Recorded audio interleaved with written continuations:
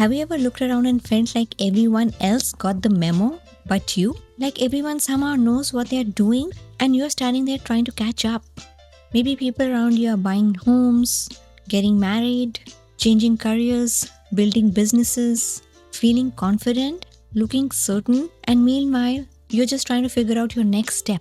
You smile, you keep functioning, you tell yourself to be grateful, but underneath it, there is this quiet ache. The feeling that maybe you're behind in life. If that's where you are right now, I want to walk through this with you today.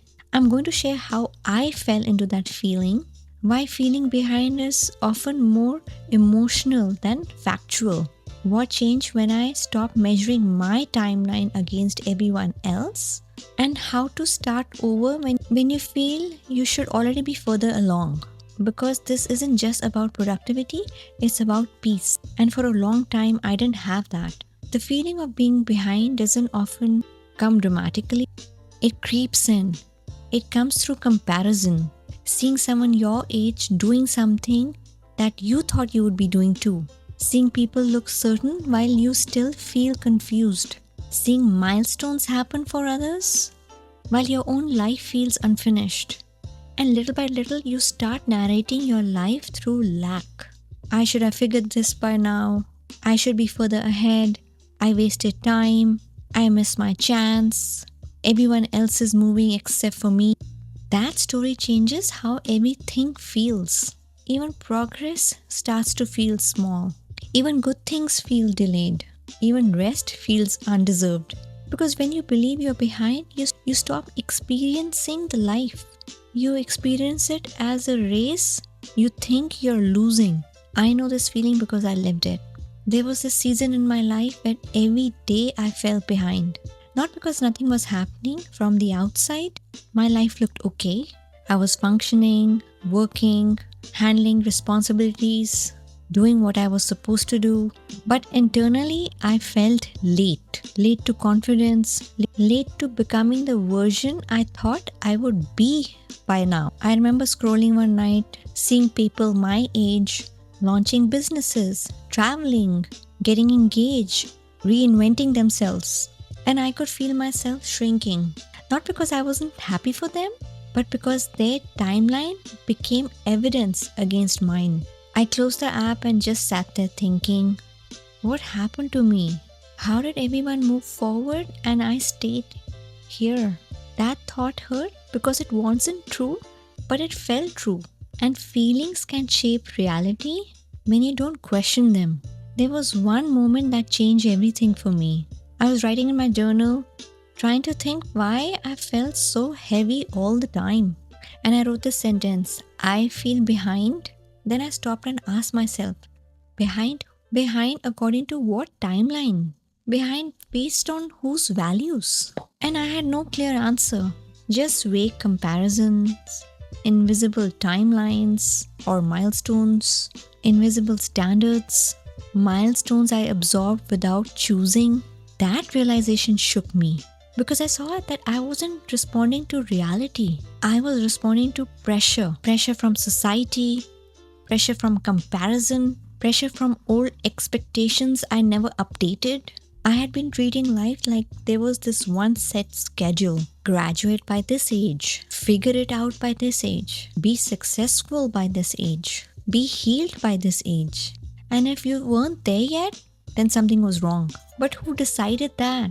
Not me, and maybe not you either. Starting over feels hard for two reasons. First, you think you're starting from zero, but you're not. You're starting from experience. You're starting with lessons, with self-awareness, with scars that taught you discernment, with wisdom younger you didn't have. Second, starting over forces you to grieve. You may need to grieve the lost time, old dreams, the version of life you thought would happen by now. And a lot of people avoid beginning again because grief feels heavier than staying back. I understand that. There were things I had to mourn too. Versions of myself I thought I'd become by a certain age. Plans that didn't unfold the way I had imagined. But once I let myself grieve honestly, I created space to begin honestly. You cannot build a chapter well, pretending you're not sad that the old one ended. So, what did I do? I stopped asking, why am I behind? And started asking, what can I do now? That changed everything because behind is abstract. It keeps you trapped in comparison. But what do I do now brings you back into your actual life. I remember one season where the honest answer for me was clarity. Not a 5-year plan, not a total reinvention, just clarity on one next step. So instead of trying to figure out my entire future, I sat down and wrote one question on top. What feels true for me right now?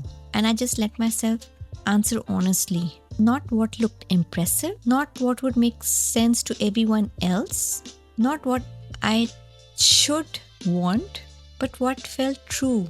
And the answer surprised me. It wasn't some life dramatic overhaul. It was that I wanted to stop consuming everyone else's life and start building something of my own. That one moment of honesty really gave me the direction. Not my whole future, but just direction. So I followed it in small way. I made time for it. I treated it seriously. I stopped dismissing what mattered to me. And that did more for my confidence than forcing some perfect plan that could ever do it. Because sometimes you don't need to know everything next. You just need to tell yourself about one truth. You just need to tell yourself about one thing now. And when you honor that truth, momentum begins. Slowly, I stopped feeling like someone whose life had just passed them by. I started feeling like someone actually started to listen to herself.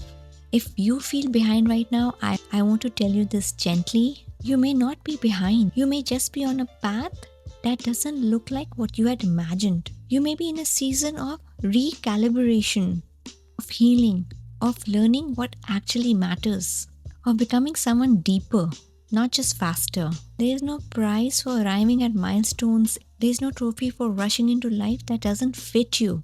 And there's nothing shameful for taking longer, if the longer path becomes the truer one.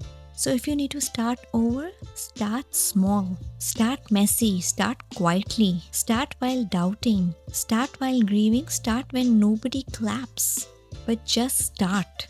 Because your life is not over because you took longer to understand it. Sometimes people bloom later because their roots need long. The next time you think I'm behind in life, pause and ask, is it really true? Or am I just becoming my own timing? That question can soften a lot. If this felt a little too familiar, you're exactly who this channel is for. I'm still figuring this out in real time. So if you want to keep figuring this out together, you can subscribe. I post every week. Bye bye.